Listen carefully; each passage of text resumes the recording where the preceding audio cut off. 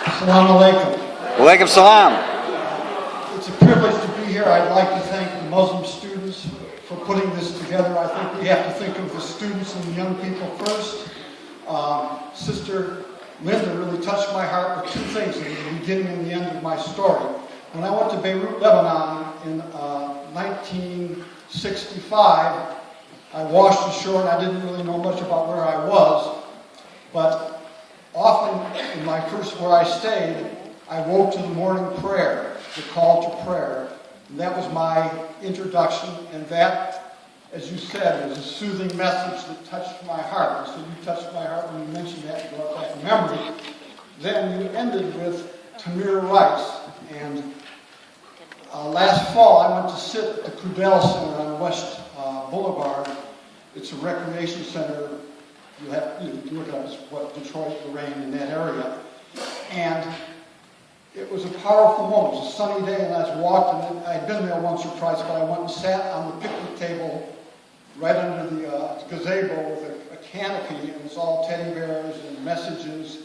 And a young Asian American woman came at the same time with flowers and put them down and talked. And she was of the neighborhood, but had moved out. She was coming back kind of as a stranger because she was moved by the situation. And I told her, and then later I met Tamir's family, and I told them about the story of a young woman bringing flowers. And so, this is the power that lives. It's not death, it's life. The feeling of one young man and the family and the movement goes on. So the second thing I want to say is the Palestinian I want to recognize, besides Don Bryant, who's one of our Peace Action members, is Abbas Hamidi. He was here. Is he here today? And I'm going to recognize two or three other people who I see are the powerful people because they're in the street. And Abbas is the Palestinian. When we've had some Palestinians deported and a lot of people put their heads down in Cleveland, he's out down by the Free Stamp, out leading at the Jewish Federation the protest against the gratuitous violence that's being inflicted on the people of Palestine. And I met some of those people. I didn't know much when I was in Beirut, but I've learned more from. So these are my teachers I'm honoring, and my teachers are in the street. And then I listen to what they say, and that would include Julia, it would include Brother Isam, who's with CARE, and I don't think Khalid Samad is here with Peace in the Hood, but he's one of the African. Is he here? No, but some people, a lot of people know him. He is out in the street trying to turn these children around, these young people whose lives are lost. And so, what a powerful thing he leads in Peace in the Hood. He has an after-school program, and he teaches culture, self-respect, and don't shoot people that look like you, because that's self-hatred. So, these are the people I'd like to recognize. Isam and everybody are out in the street.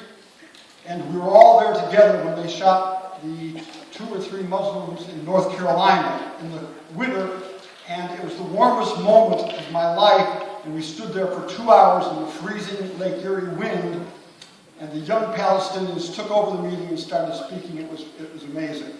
So that's that. I would like to, Sister Linda, you talk, and Julia talk about the anti-Sharia. Well, there's an anti-BDS legislation right now going on in the Ohio legislature. And is Doug Kerr still here? Right here. Raise your hand or stand up, Doug. Because Doug has a special story. His brother was the president of the University of Beirut back in the early 80s, and he was assassinated in his office right next to where I taught at International College at AUB, a beautiful, beautiful place. And Doug is devoted, and his wife Mary Ann have devoted themselves to peace in the Middle East. And Doug is helping to coordinate a statewide network of people, Jewish people, Muslims, Christians, Palestinians, I don't know who all, is on this statewide conference call. We'll be meeting in Columbus next Saturday to fight another piece of terrible legislation against free speech. Sister Linda hit all of the themes, and I could go on, and I'm not going to.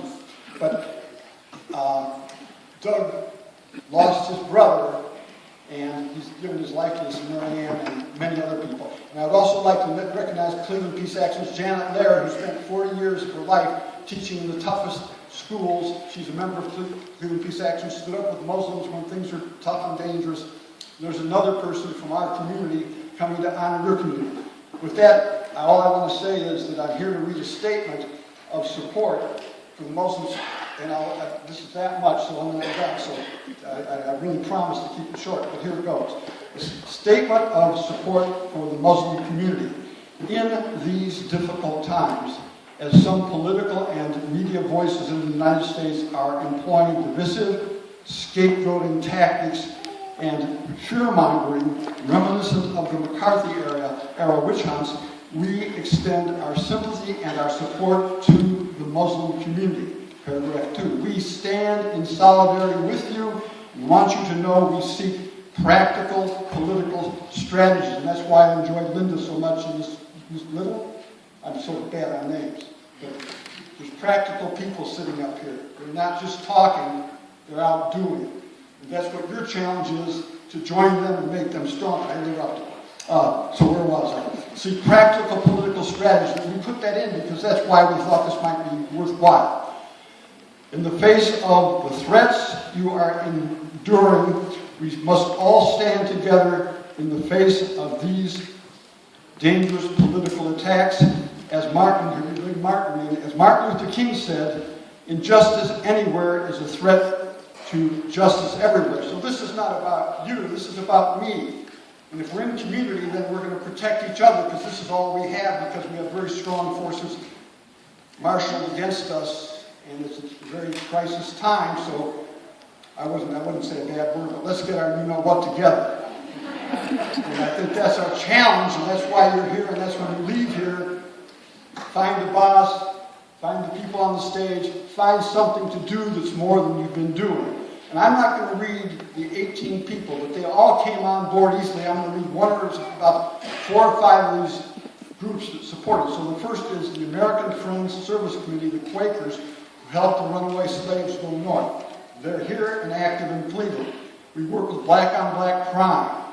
Art McCoy has been threatened with jail. He's out there leading street protests all the time. We were there at the intersection. He took us out. We didn't know where we were going. In the middle of the street, in Union and 116th, blocking traffic, and police cars are coming from 4, maybe 5 or 10 directions, it seemed like. And Art said, don't worry, they're not going to bother us. That was about the shooting of Marshall, the young boy that was killed over in that area. So, and then I would say Cleveland Peace Action, which we are a peace group. We're getting into reaching out to more of the nuclear weapons in the Iraq war. We think it's pulling together the people. All right, enough of that. 2 more groups. Jewish Voice for Peace is strong on this. And the Oberlin Students for Justice in Palestine, actually Students for Free Palestine, the first leader was a Jewish kid from New York City who brought Rashid Khalidi to speak at his high school. So this kid was advanced by the time he even got to college.